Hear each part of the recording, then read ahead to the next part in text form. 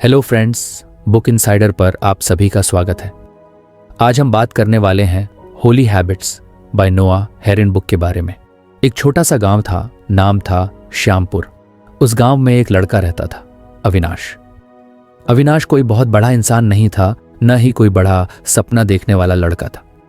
वो बस एक नॉर्मल लाइफ जी रहा था। सुबह खेत पर जाना, दोपहर में दोस्तों संग बैठकर गप्पे मारना और रात को माँ के साथ टीवी देखना। उसकी जिंदगी में कुछ खास एक्साइटमेंट नहीं थी, लेकिन एक बात थी जो उसे अक्सर बेचैन कर देती थी। उसके अंदर की आवाज जो कहती, तू कुछ बड़ा कर सकता है अविनाश।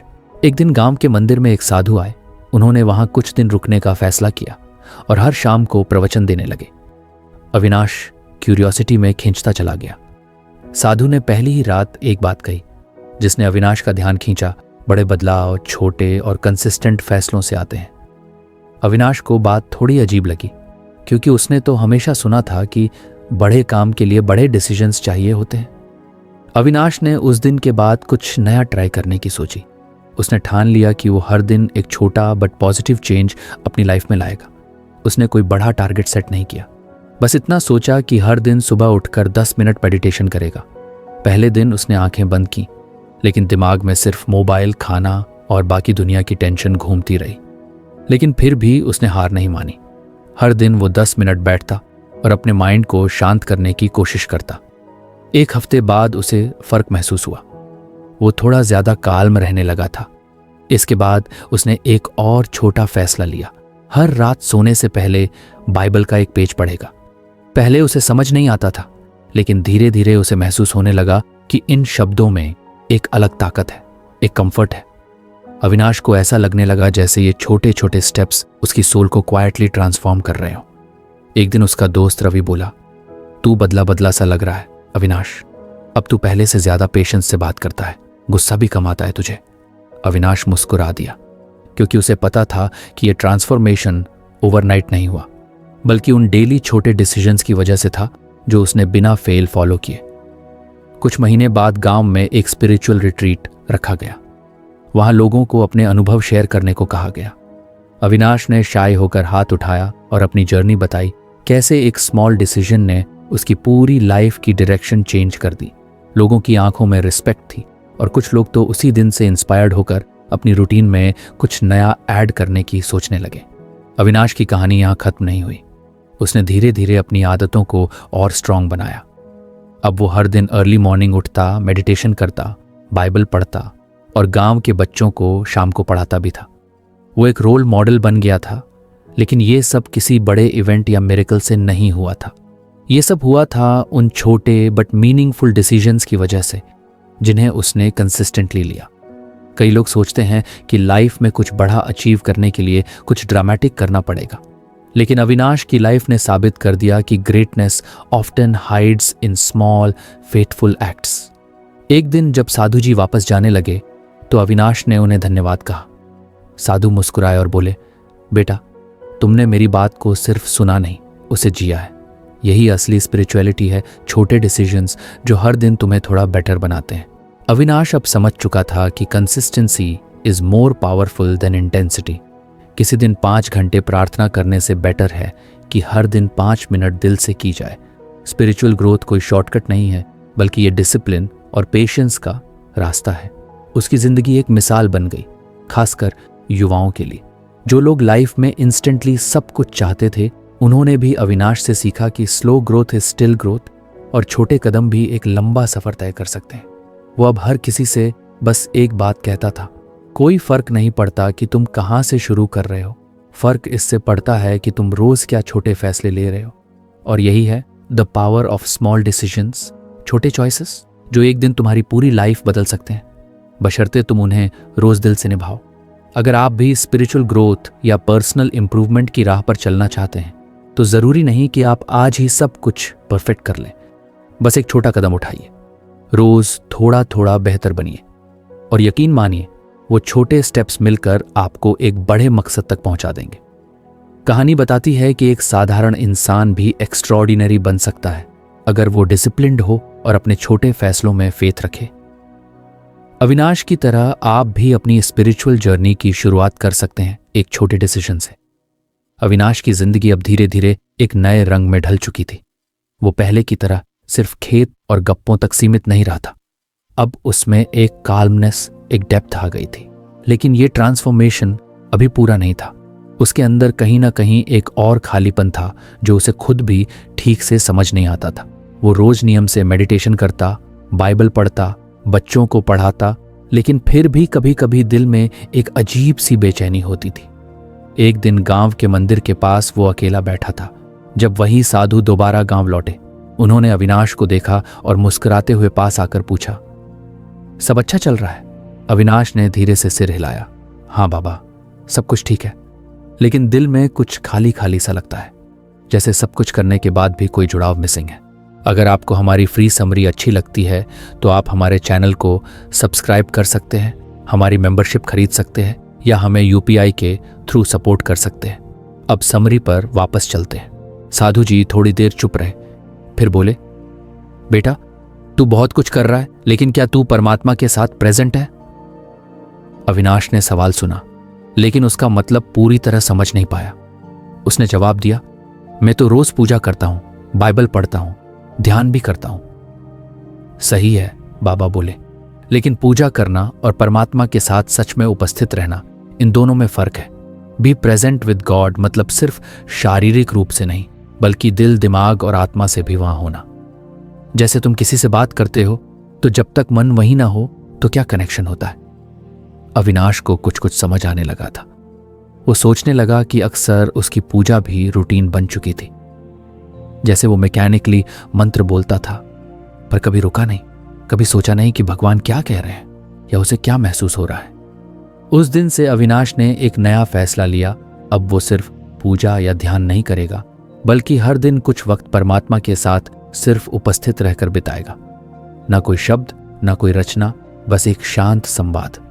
सुबह जब सूरज उगता तो वो घर के पीछे लगे नीम के पेड़ के नीचे चुपचाप बैठता। कोई प्रार्थना नहीं, कोई मांग नहीं, बस वहां बैठकर वो अपने दिल और आत्मा को खुला छोड़ देता, जैसे खुद को परमात्मा के सामने रख देता हो। शुरुआत में उसे अजीब लगता था, कभी मन भटकता, कभी नींद आ जाती, लेकिन वो धीरे धीरे सीखने लगा कि बीइंग विद गॉड का मतलब सिर्फ बोलना नहीं है, बल्कि सुनना भी है। और जब वो सुनने लगा तब उसे अंदर से कुछ आवाजें सुनाई देने लगीं, अपने फियर्स, अपनी होप्स, अपने सवाल और कहीं गहराई में परमात्मा की शांति। एक दिन वो ऐसे ही बैठा था जब उसके मन में एक थॉट आया, तू हमेशा कुछ ना कुछ करने में लगा रहता है, लेकिन मैं तुझसे बस तेरी प्रेजेंस चाहता हूं। ये थॉट सुनकर अविनाश की आंखें नम हो गईं। उसे पहली बार लगा कि परमात्मा उससे किसी काम की अपेक्षा नहीं कर रहे थे, बस चाहते थे कि वो उनके साथ पूरे मन से, पूरे भाव से हो। अब अविनाश की दिनचर्या में एक नया हिस्सा जुड़ चुका था, साइलेंट सिटिंग विद गॉड। वो इस वक्त को अपने दिन का सबसे पवित्र समय मानता। धीरे धीरे इस प्रैक्टिस का असर उसकी पूरी लाइफ में दिखने लगा। अब वो पहले से ज्यादा माइंडफुल हो गया था। जब वो किसी से बात करता तो पूरी तरह सुनता, जब बच्चों को पढ़ाता तो उनके मन को भी समझता, जब खेतों में काम करता तो हर पौधे से जुड़ाव महसूस करता। उसे अब ये समझ में आ गया था कि अगर आप खुद को पूरी तरह किसी पल में दे देते हो तो वहीं ईश्वर का स्पर्श मिल सकता है। गांव के लोग भी इस बदलाव को नोटिस करने लगे थे। पहले जो अविनाश प्रैक्टिकल और एक्शन ओरिएंटेड था, अब वो और भी गहरा और शांत दिखता था। एक दिन उसकी मां ने पूछा, बेटा तुझ में ये सुकून कहां से आया है? अविनाश ने सिर्फ मुस्कुराकर कहा, मैं अब भगवान के साथ सिर्फ काम नहीं करता मां, मैं उनके साथ रहता भी हूं। इस नए अनुभव ने अविनाश को यह भी सिखाया कि स्पिरिचुअल ग्रोथ सिर्फ रूल्स और रिचुअल्स से नहीं होती, बल्कि रियल कनेक्शन से होती है। और वो कनेक्शन तब बनता है जब आप खुद को परमात्मा के सामने खोल देते हो, बिना एजेंडा, बिना डर। कई बार अविनाश बैठा होता तो उसके मन में पुराने दुख आ जाते, पिता की याद, एक अधूरी ख्वाहिश या कोई पछतावा। लेकिन अब वो उनसे भागता नहीं था, वो उन्हें लेकर परमात्मा के सामने बैठ जाता, जैसे एक बच्चा अपनी टूटी चीज मां को दिखाता है। और आश्चर्य की बात यह थी कि वो टूटे हिस्से धीरे धीरे हील होने लगे थे। अविनाश अब विलेज में और लोगों को भी यही प्रैक्टिस सिखाने लगा। वो कहता, भगवान से सिर्फ बोलो मत, उन्हें सुनो भी। और वो तभी होगा जब तुम पूरी तरह उनके सामने हो, मानसिक, भावनात्मक, आध्यात्मिक रूप से मौजूद। एक दिन गांव में एक और युवा दीपक अविनाश से मिलने आया। वो खुद भी कंफ्यूजन और रेस्टलेसनेस से जूझ रहा था। अविनाश ने उससे कहा, तू बस हर दिन 15 मिनट चुपचाप बैठ, कुछ मत कर, बस ईश्वर के साथ बैठ और देख कैसे चीजें बदलती हैं। दीपक ने शुरुआत की और कुछ हफ्तों बाद वो खुद अविनाश के पास आकर बोला, अब लगता है जैसे कोई अंदर से बातें कर रहा है मुझसे। ये सब बदलाव चमत्कार नहीं थे, ये उस सच्चे अनुभव का नतीजा थे जो सिर्फ तभी आता है जब इंसान परमात्मा के साथ पूरी तरह से प्रेजेंट होता है। अविनाश की जिंदगी अब न सिर्फ बेहतर हो चुकी थी, बल्कि अब वो दूसरों की लाइफ भी साइलेंटली ट्रांसफॉर्म कर रहा था। और ये सब शुरू हुआ था सिर्फ उस एक फैसले से, हर दिन कुछ समय पूरे मन, भाव और आत्मा से परमात्मा के साथ बिताने का। तो अगर आप भी एक गहराई, एक सच्चा कनेक्शन चाहते हैं तो बस इतना कीजिए, भागना बंद कीजिए, बातें करना बंद कीजिए और बस बैठ जाइए परमात्मा के सामने। उन्हें अपना पूरा समय, ध्यान और दिल दीजिए, क्योंकि जब आप ईश्वर के साथ प्रेजेंट होते हैं तब आप खुद को भी असल में पा लेते हैं। अविनाश की ये जर्नी सिखाती है कि सबसे बड़ी गिफ्ट जो हम परमात्मा को दे सकते हैं वो हमारी पूरी प्रेजेंस है, बिना डिस्ट्रैक्शन, बिना शर्त, बिना फियर। और जब हम वो देते हैं तो बदले में हमें मिलता है पीस, क्लैरिटी और एक ऐसा कनेक्शन जो दुनिया की किसी चीज से नहीं बन सकता। शायद यही है वो रहस्य जिसे साधु ने पहले दिन बोला था और अब अविनाश उसे जी रहा था। Slow down, be present and let God speak to your soul. Shyampur की सुबह अब एक अलग सुकून लेकर आती थी।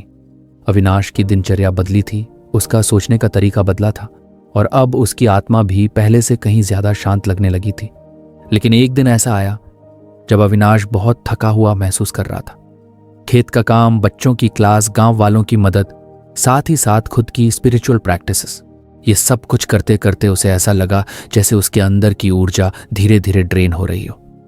उस दिन शाम को जब वो अपने नियम के पेड़ के नीचे बैठा तो मन बिल्कुल खाली था। न ध्यान लग रहा था, न कोई भाव आ रहा था। वो बस थक कर वहीं लेट गया और ऊपर आसमान को देखने लगा। तभी उसके मन में एक ख्याल आया, क्या परमात्मा चाहता है कि मैं नॉनस्टॉप काम करता रहूं? उसी वक्त साधु जी की एक पुरानी बात उसे याद आई। सबत सिर्फ आराम का दिन नहीं होता, वो एक भरोसे की स्थिति होती है। अविनाश ने कभी इस बारे में गहराई से नहीं सोचा था। उसे हमेशा लगता था कि रेस्ट मतलब खाली बैठ जाना, आलसी होना। लेकिन जब उसने बाइबल में सबत के बारे में पढ़ा तो समझ आया कि ये तो परमात्मा का एक कमांडमेंट था। 6 दिन काम करो और 7वें दिन आराम करो। लेकिन यह आराम बस शरीर के लिए नहीं था, यह आत्मा के लिए था। अविनाश ने अब एक नया फैसला लिया। वो हर हफ्ते एक दिन ऐसा रखेगा जब वो कुछ भी काम नहीं करेगा, न खेत में जाएगा, न बच्चों को पढ़ाएगा, न कोई नया काम प्लान करेगा। वो उस दिन सिर्फ अपने और परमात्मा के साथ रहेगा। शुरुआत में यह करना बहुत मुश्किल लगा, क्योंकि बचपन से यही सीखा था, खाली बैठा आदमी शैतान का घर। लेकिन जब उसने खुद को जबरदस्ती उस एक दिन आराम की स्थिति में डाला तो पहले दिन तो उसे बेचैनी हुई। हर 5 मिनट में उसे लगता ये पेंडिंग है, वो करना है। लेकिन उसने खुद को याद दिलाया, मैं आज परमात्मा पर ट्रस्ट कर रहा हूं, ये दिन मेरे एफर्ट्स का नहीं, मेरे फेथ का है। धीरे धीरे वो दिन उसकी लाइफ का सबसे प्यारा दिन बनने लगा। हर सबत पर वो मंदिर जाता, भगवान के साथ लंबी साइलेंस में बैठता, बाइबल के कुछ हिस्से पढ़ता और कभी कभी गांव के तालाब के किनारे बैठकर बस नेचर को ऑब्जर्व करता। उसने देखा कि उस एक दिन की रेस्ट ने उसकी बाकी 6 दिनों की परफॉर्मेंस को पूरी तरह बदल दिया। अब वो ज्यादा फोकस के साथ काम करता था, कम चिढ़ता था और उसका पेशेंस भी बढ़ा था। उसका मन और शरीर दोनों धीरे धीरे रिचार्ज होने लगे थे। एक बार उसके दोस्त रवि ने पूछा, भाई तू तो अब एक दिन आराम करता है, पर तेरे बाकी दिन पहले से ज्यादा प्रोडक्टिव कैसे हो गए? अविनाश ने मुस्कुरा कर कहा, क्योंकि अब मैं सिर्फ अपने स्ट्रेंथ पर काम नहीं करता, मैं परमात्मा पर ट्रस्ट करता हूं। जब मैं रेस्ट करता हूं तो मैं उन्हें अपनी लाइफ में स्पेस देता हूं। बिब्लिकल रेस्ट ने उसे यह सिखाया कि सब कुछ अपने दम पर करने की कोशिश करना भी एक तरह का ईगो होता है। अविनाश पहले सोचता था कि अगर वो रुकेगा तो पीछे रह जाएगा, लेकिन अब वो जान चुका था कि रुकना भी एक फेथ फिल्ड एक्शन है। जब हम रुकते हैं तब हम कहते हैं, God I trust you more than my schedule. अब उसका सैबत दिन एक रिचुअल नहीं बल्कि एक एक्सपीरियंस बन चुका था। उस दिन वो अपने पुराने जर्नल्स पढ़ता, ग्रैटिट्यूड लिस्ट बनाता और कभी कभी माँ के साथ बैठकर बचपन की बातें करता। वो दिन न सिर्फ शारीरिक आराम का था बल्कि एक इमोशनल डिटॉक्स भी था। उसकी माँ भी एक दिन बोली, तू अब पहले से ज्यादा शांत और खुश दिखता है अविनाश। अविनाश ने कहा, क्योंकि अब मैं हर हफ्ते थोड़ा रुकता हूँ, खुद को रीसेट करता हूँ। अविनाश की ये नई प्रैक्टिस धीरे धीरे गांव के और लोगों को भी आकर्षित करने लगी। वो लोग जो कभी रेस्ट को कमजोरी समझते थे, अब सोचने लगे कि शायद यही तरीका है खुद को बर्नआउट से बचाने का। एक दिन अविनाश ने गांव के चौपाल में सबको इकट्ठा किया और एक छोटी सी चर्चा रखी बिब्लिकल रेस्ट पर। उसने सबको समझाया कि सबत सिर्फ एक रूल नहीं, एक इनविटेशन है परमात्मा की उपस्थिति में आने का, बिना किसी काम के बोझ के, बिना किसी रिजल्ट की चिंता के। उसने कहा, जब हम खुद को नॉन स्टॉप बिजी रखते हैं तब हम अनजाने में ये मान लेते हैं कि सब कुछ हमारे कंट्रोल में है। लेकिन जब हम इंटेंशनली रेस्ट करते हैं तो हम ये मानते हैं कि परमात्मा हमारे प्रोवाइडर है। यही असली ट्रस्ट है। उस दिन के बाद कुछ और लोग भी सब्बत मनाने लगे। कोई रविवार को खेत पर न जाकर परिवार के साथ वक्त बिताने लगा, कोई अपनी बाइबल पढ़ने लगा, कोई नेचर में चलने लगा और खुद से जुड़ने लगा। अविनाश अब खुद को पहले से ज्यादा कनेक्टेड महसूस करता था परमात्मा से, अपने आप से और अपने आसपास की दुनिया से। उसे अब इस बात की समझ आ चुकी थी कि काम और रेस्ट दोनों परमात्मा की योजना का हिस्सा है। सिर्फ काम करने से ग्रोथ नहीं होती, कभी कभी रुककर ही आत्मा सबसे ज्यादा बढ़ती है। अब हर हफ्ते का एक दिन अविनाश के लिए सेक्रेड बन चुका था। उस दिन वो अपना मोबाइल भी ऑफ रखता था और कोई भी प्लानिंग नहीं करता था। वो दिन उसका पॉज बटन था। उस दिन कोई डेडलाइन नहीं होती थी, सिर्फ डिवाइन लाइन होती थी, परमात्मा और उसका कनेक्शन। शायद यही वजह थी कि अविनाश की स्पिरिचुअलिटी अब रूटीन नहीं रही, वो रियल हो चुकी थी। वो अब परमात्मा के साथ वॉक नहीं करता था, वो उनके साथ रेस्ट करता था और वो रेस्ट उसके लिए सबसे गहरा वर्शिप बन चुका था। अगर आप भी अपनी लाइफ में एक नई स्पिरिचुअल डेप्थ चाहते हैं तो हो सकता है आपको और मेहनत नहीं बल्कि और आराम की जरूरत हो। एक ऐसा आराम जो शरीर के साथ साथ आत्मा को भी रिफ्रेश करे। अविनाश की कहानी यही सिखाती है कि कभी कभी सबसे ज्यादा स्पिरिचुअल चीज यही होती है कि हम इंटेंशनली रुकें, खुद को शांत करें और परमात्मा की उपस्थिति में पूरी तरह ट्रस्ट के साथ आराम करें। क्योंकि जब हम रुकते हैं तभी हम वास्तव में सुन पाते हैं, समझ पाते हैं और खुद को फिर से नया बना पाते हैं। और यही है बिब्लिकल रेस्ट, न सिर्फ एक दिन की छुट्टी बल्कि एक डिवाइन कनेक्शन, एक सीक्रेट सरेंडर। श्यामपुर में अविनाश की जिंदगी अब धीरे धीरे एक शांत बहती नदी की तरह हो गई थी। उसके अंदर एक नई मैच्योरिटी, एक नया स्पिरिचुअल ग्लो आ गया था जो किसी भी बाहरी एफर्ट का नहीं बल्कि भीतर की ट्रांसफॉर्मेशन का परिणाम था। वो हर हफ्ते सबत मनाता, परमात्मा की प्रेजेंस में बैठता और अपनी सोल को रिचार्ज करता।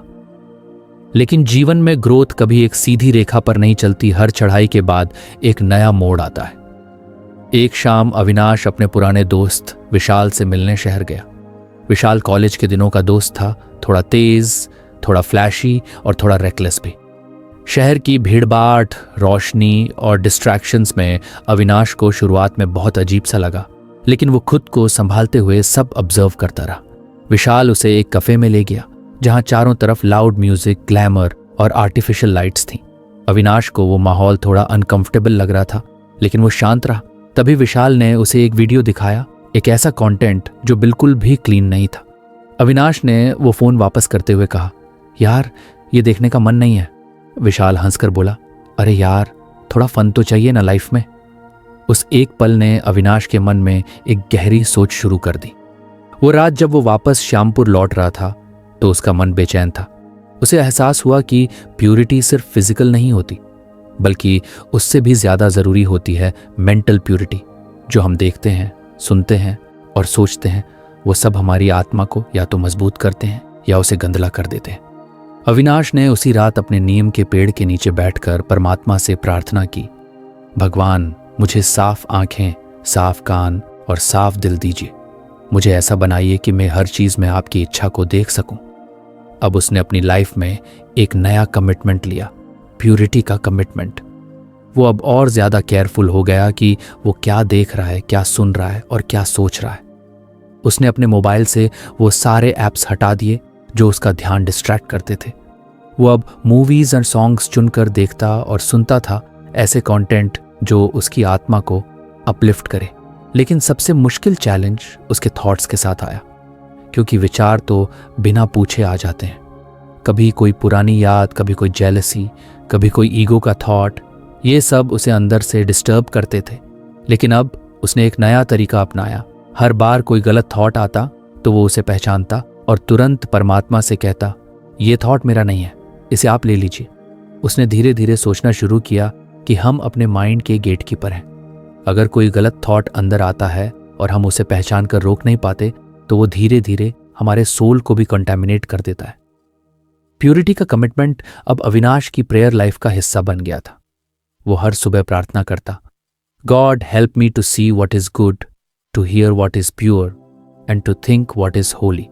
धीरे धीरे उसने ये भी नोटिस किया कि जैसे जैसे वो खुद को ऐसे कंटेंट से दूर रखता है जो उसे परमात्मा से दूर ले जाता, उसकी आत्मा और भी सेंसिटिव होती जा रही थी। वो छोटी छोटी बातों में भी परमात्मा की आवाज सुनने लगा था। एक दिन जब वो खेत में काम कर रहा था तो एक लड़का रवि उसके पास आया और बोला, भैया आप इतने शांत और अलग कैसे रहते हो? हम सब मोबाइल में गेम्स या रील्स देखते हैं पर आप पूरे दिन इतने फोकस्ड रहते हो। अविनाश मुस्कुराया और बोला, क्योंकि मैं हर उस चीज से दूर रहता हूं जो मेरे अंदर का शोर बढ़ाए और परमात्मा की आवाज को दबा दे। उसने रवि को एक एग्जाम्पल दिया, जैसे खेत में अगर कचरा डालोगे तो बीज ठीक से नहीं उगेगा, वैसे ही अगर हम अपने मन में हर तरह का जंक भरेंगे तो उसमें परमात्मा की बातें कैसे टिकेंगी। प्यूरिटी अब अविनाश के लिए कोई मॉरल ड्यूटी नहीं रह गई थी, वो एक स्पिरिचुअल फ्रीडम बन गई थी। उसे अब गिल्ट में जीना नहीं पड़ता था। वो क्लीन महसूस करता था अपने विचारों में, अपनी नज़र में, अपनी बातचीत में। लेकिन इसका मतलब ये नहीं कि टेम्पटेशंस नहीं आते थे। एक बार गांव में एक मेले का आयोजन हुआ जिसमें कई ऐसी स्टॉल्स थीं जो बहुत फ्लैशी और आकर्षक थीं। कुछ तो बॉर्डर लाइन इनअप्रोप्रिएट भी थीं। दोस्तों ने अविनाश से कहा, चलना थोड़ा मजा करते हैं। अविनाश ने मुस्कुरा कर कहा, मैं यहां आनंद लेने आया हूं, लेकिन उस तरह का नहीं जो मेरे सोल को दुखी कर दे। उस दिन के बाद गांव के कुछ और युवाओं ने अविनाश को फॉलो करना शुरू किया। उन्होंने अविनाश से पूछा कि क्या वो भी उनके साथ प्यूरिटी चैलेंज चला सकते हैं, एक ऐसा अभियान जिसमें वो खुद को 1 महीने तक सिर्फ अच्छे कंटेंट, अच्छे विचार और साफ सोच से घेरेंगे। अविनाश ने उनके लिए एक छोटा सा प्लान बनाया, हर सुबह एक वर्स पढ़ना, हर रात एक ग्रैटिट्यूड जर्नल भरना और दिन भर अपने थॉट्स को मॉनिटर करना। धीरे धीरे सबने महसूस किया कि उनकी सोच पहले से ज्यादा हल्की और शुद्ध हो गई है। प्यूरिटी कोई एक बार का डिसीजन नहीं होता, ये एक डेली कमिटमेंट होता है। अविनाश को ये अब समझ आ चुका था। वो अब खुद से रोज पूछता, क्या आज मैंने अपनी आंखों से वही देखा जो परमात्मा चाहते थे? क्या मैंने वही सुना जो मेरी आत्मा को शांति दे? क्या मैंने वो सोचा जो परमात्मा की इच्छा के अनुसार है? अब अविनाश के लिए प्यूरिटी कोई बोरिंग रूल नहीं थी, बल्कि एक पावरफुल लाइफस्टाइल बन गई थी। एक ऐसा लाइफस्टाइल जिसने उसे हर दिन परमात्मा के और करीब ला दिया था।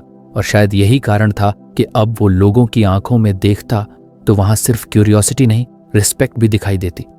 उसकी आत्मा का साफ होना उसकी पर्सनालिटी से झलकने लगा था। चेहरा चमकने लगा था और उसकी बातों में एक गहराई आ गई थी। अगर हम सोचें कि हम परमात्मा के करीब जाना चाहते हैं तो हमें पहले खुद को साफ करना होगा, बाहर से नहीं, भीतर से। और वो तभी संभव है जब हम पूरी समझदारी और ईमानदारी से अपने देखने, सुनने और सोचने की बाउंड्रीज सेट करें।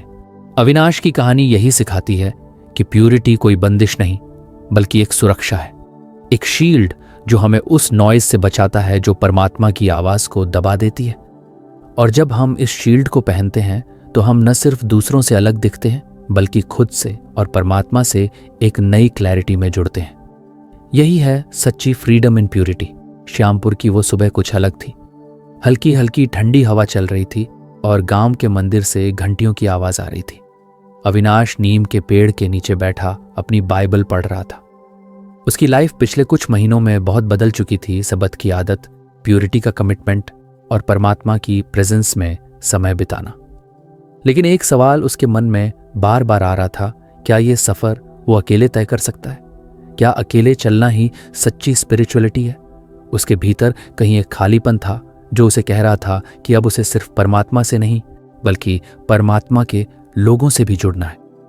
वो समझ चुका था कि अकेले रहकर वो बहुत कुछ सीख सकता है, लेकिन उसे उस जगह तक पहुंचने के लिए साथियों की जरूरत है जहां उसकी आत्मा को पूरी तरह खिला मिल सके।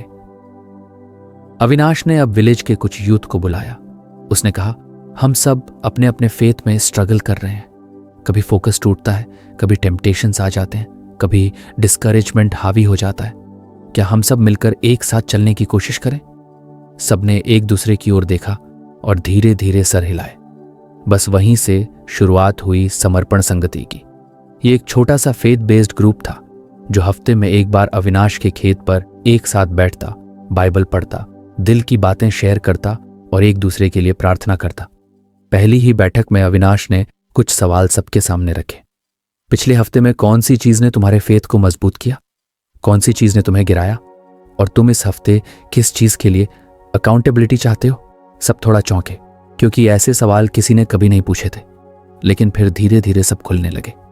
रवि ने कहा, भैया, मैं रोज प्रेयर करने की कोशिश करता हूं, लेकिन कई बार भूल जाता हूं। कोई मुझे याद दिलाता रहे तो अच्छा होगा। सूरज बोला, मैं मोबाइल में ऐसी चीजें देखता हूं जो मुझे नहीं देखनी चाहिए, लेकिन अब उससे बाहर आना चाहता हूं। अविनाश ने मुस्कुराकर कहा, हम सब इम्परफेक्ट हैं, लेकिन हम मिलकर ग्रो कर सकते हैं।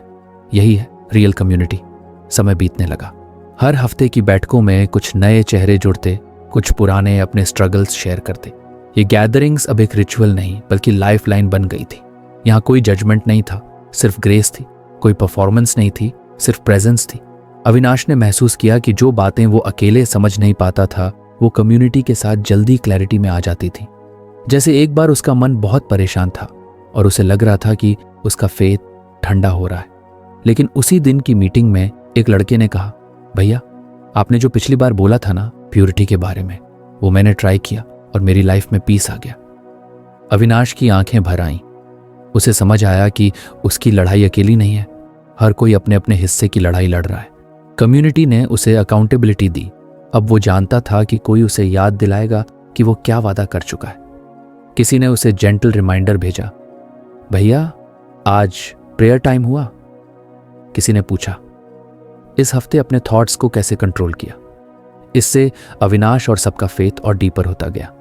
वो सब एक दूसरे की विक्ट्री सेलिब्रेट करते थे और फेलियर्स में साथ खड़े होते थे। अब स्पिरिचुअलिटी कोई आइसोलेटेड जर्नी नहीं रही, वो एक शेयर्ड जर्नी बन गई थी जिसमें हर कदम पर कोई साथ चलता था, कोई गले लगाता था, कोई उठाकर कहता था, चलो फिर से कोशिश करते हैं। एक दिन अविनाश ने सबको एक सवाल पूछा, अगर हम एक दूसरे से जुड़े ना होते तो क्या हम यहां तक पहुंच पाते? सबने एक साथ कहा, नहीं। अविनाश ने कहा, जैसे लकड़ियों की आग एक दूसरे को गर्म रखती है, वैसे ही हम एक दूसरे को स्पिरिचुअल रूप से इग्नाइट करते हैं। अकेली लकड़ी जलती नहीं, वो बुझ जाती है। समय के साथ समर्पण संगति का असर पूरे गांव में दिखने लगा। युवा कम डिस्ट्रैक्शंस में पड़ने लगे, परिवारों में शांति आने लगी और गांव की हवा में एक नया विश्वास फैलने लगा। अविनाश जान चुका था कि एक व्यक्ति का डिसीजन पूरी कम्युनिटी को बदल सकता है, लेकिन एक कमिटेड कम्युनिटी पूरा जीवन बदल सकती है। एक दिन उसने अकेले बैठकर परमात्मा से प्रार्थना की, थैंक यू गॉड कि आपने मुझे अकेले नहीं छोड़ा। आपने मुझे ऐसा परिवार दिया जो खून से नहीं विश्वास से जुड़ा है। अब उसकी जर्नी पूरी हो चुकी थी। उस अविनाश की जो शुरुआत में खुद से लड़ रहा था, अब वो दूसरों को लड़ने की हिम्मत दे रहा था। जो पहले अकेले परमात्मा को खोज रहा था, अब उसके साथ एक पूरी टीम थी जो क्राइस्ट की ओर चल रही थी। इस सफर में अविनाश ने सीखा, छोटे डिसीजंस बड़े बदलाव लाते हैं। परमात्मा की प्रेजेंस में रहना आत्मा को रीसेट करता है। सबत एक ठहराव नहीं, एक भरोसा है। प्यूरिटी कोई नियम नहीं बल्कि स्वतंत्रता है। और कम्युनिटी सिर्फ साथ चलना नहीं, एक दूसरे को संभालना भी है। कहानी अब पूरी है, लेकिन अविनाश की तरह अगर आप भी अपने स्पिरिचुअल सफर पर हैं तो याद रखिए, आपको अकेले चलने की जरूरत नहीं है। Seek a community intentionally. ऐसे लोग खोजिए जो आपको ऊपर उठाएं, गिरने पर थामें और परमात्मा की ओर आपको इंस्पायर करें। क्योंकि जैसे अविनाश ने जाना, जब हम मिलकर चलते हैं तो हम सिर्फ दूर नहीं जाते, हम गहराई में भी जाते हैं। श्यामपुर की उस शांत सुबह में जब धूप नीम के पत्तों से छनकर जमीन पर पड़ रही थी, अविनाश अपने जीवन की यात्रा को याद कर रहा था। उसके सामने खेत, बाइबल, नीम का पेड़ और उसके साथ ही बैठे थे वो सब लोग जिनके साथ उसने सिर्फ परमात्मा को नहीं, खुद को भी जाना था। आज उसकी आंखों में न कोई कंफ्यूजन था, न कोई गिल्ट, सिर्फ शांति थी। वो मुस्कुरा रहा था क्योंकि अब उसे समझ आ चुका था कि सच्ची स्पिरिचुअलिटी सिर्फ किताबों से नहीं, रिश्तों से, संघर्षों से और कंसिस्टेंसी से आती है। उसने अपनी यात्रा की शुरुआत एक छोटे से डिसीजन से की थी, हर सुबह परमात्मा के साथ थोड़ा वक्त बिताने का। तब उसे ये नहीं पता था कि वो छोटा डिसीजन उसकी पूरी लाइफ का डायरेक्शन बदल देगा। फिर उसने परमात्मा की प्रेजेंस में रहना सीखा, अपनी सोच और आंखों को शुद्ध किया और फिर खुद को उन लोगों से घेरा जो उसे विश्वास में मजबूत बनाते थे। अविनाश जान चुका था कि डिसिप्लिन कोई बड़ा काम नहीं होता, बल्कि रोज के छोटे छोटे फेथफुल कदम होते हैं। वो छोटे छोटे चॉइसेस जैसे एक वर्स पढ़ लेना, एक गलत थॉट को रोक देना या किसी दोस्त की हिम्मत बढ़ा देना धीरे धीरे उसके जीवन की रीढ़ बन चुके थे।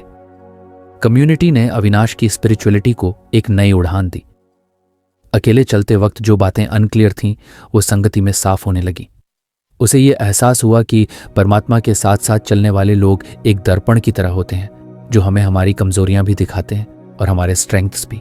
अब वो अकेला नहीं था, उसके साथ एक ऐसा ग्रुप था जो एक दूसरे की अकाउंटेबिलिटी रखता था, जो ऑनेस्टी से बात करता था और जो हर दिन थोड़ी और ग्रोथ की ओर बढ़ता था।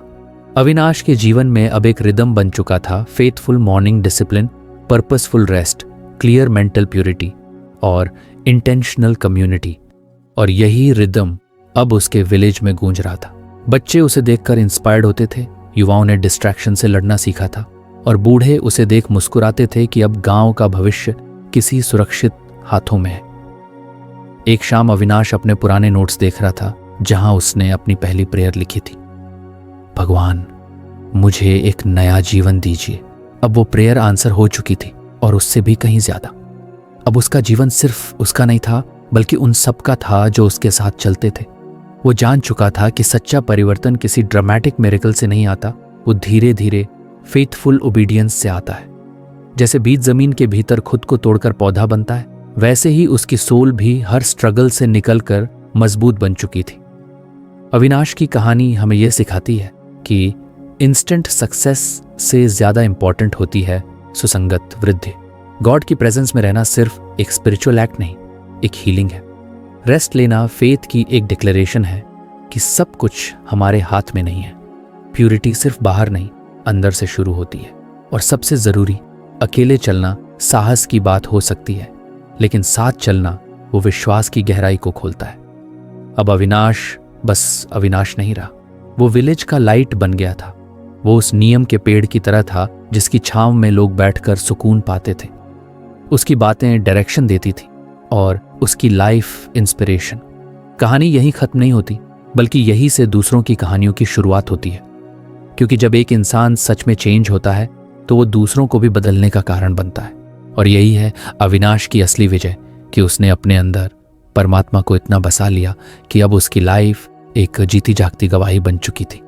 अब जब कोई अविनाश से पूछता है तुम्हारे साथ ऐसा क्या हुआ, तो वो मुस्कुरा कर कहता है कुछ नहीं, बस छोटे डिसीजंस फेथफुली डेली गॉड के साथ मिलकर ली।